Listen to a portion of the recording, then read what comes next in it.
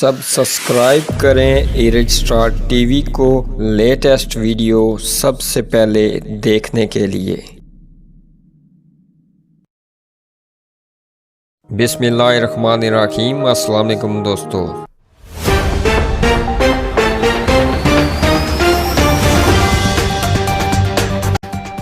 وزیر اعظم آزاد کشمیر راجہ فاروق حیدر خان نے کہا ہے کہ یہاں احتجاج کرنے والے 15 ارب روپے اپنی وفاقی حکومت سے دلوائیں۔ اگر احتجاج ہی کرنا ہے تو چینی گھی اور ادویات کی قیمتیں بڑھنے کے خلاف کریں۔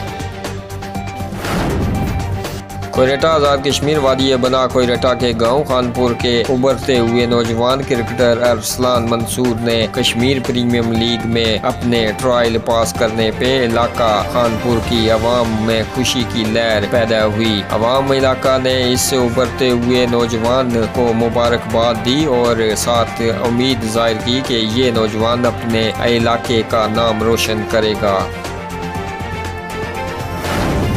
سابق وزیر اعظم صدر پی ٹی آئی آزاد جموں و کشمیر بیرسٹر سلطان محمود چودھری نے کہا ہے کہ آزاد کشمیر میں حکومت آزاد کشمیر کی طرف سے آٹے کی قیمتوں میں اضافے کے خلاف آزاد پتن میں مظاہرین پر آزاد کشمیر حکومت کے ایما پر پولیس تشدد انتہائی قابل مذمت اور ناقابل قبول ہے۔ اب نظر آ رہا ہے کہ فاروق حیدر کی حکومت اپنی نالائکی اور بددیانتی چھپانے کے لیے عوام پر پرتشدد کروائیاں کر رہی ہے۔ یہ سب کچھ مسلم لیگ کی نااہل حکومت اپنی کرپشن سے توجہ ہٹانے کے لیے کر رہی ہے۔ ہم مطالبہ کرتے ہیں کہ حکومت آزاد کشمیر فوری طور پر آٹے کی قیمتوں میں کمی کرے۔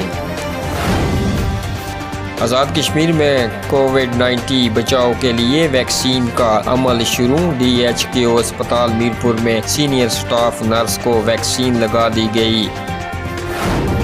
میرپور آزاد کشمیر پولیو کے خاتمے کے لیے 2021 کی پہلی مہم کا آغاز کر دیا گیا۔ آزاد کشمیر سرکاری ملازمین ہو جائیں ہوشیار، سوشل میڈیا پر سیاست کرنے سے آپ کی نوکری بھی جا سکتی ہے۔ محکمہ جنگلات آزاد حکومت کے ملازم کو حکومت کو تنقید کا نشانہ بنانے کی پاداش میں نوکری سے معطل کر دیا گیا۔ آرڈر جاری۔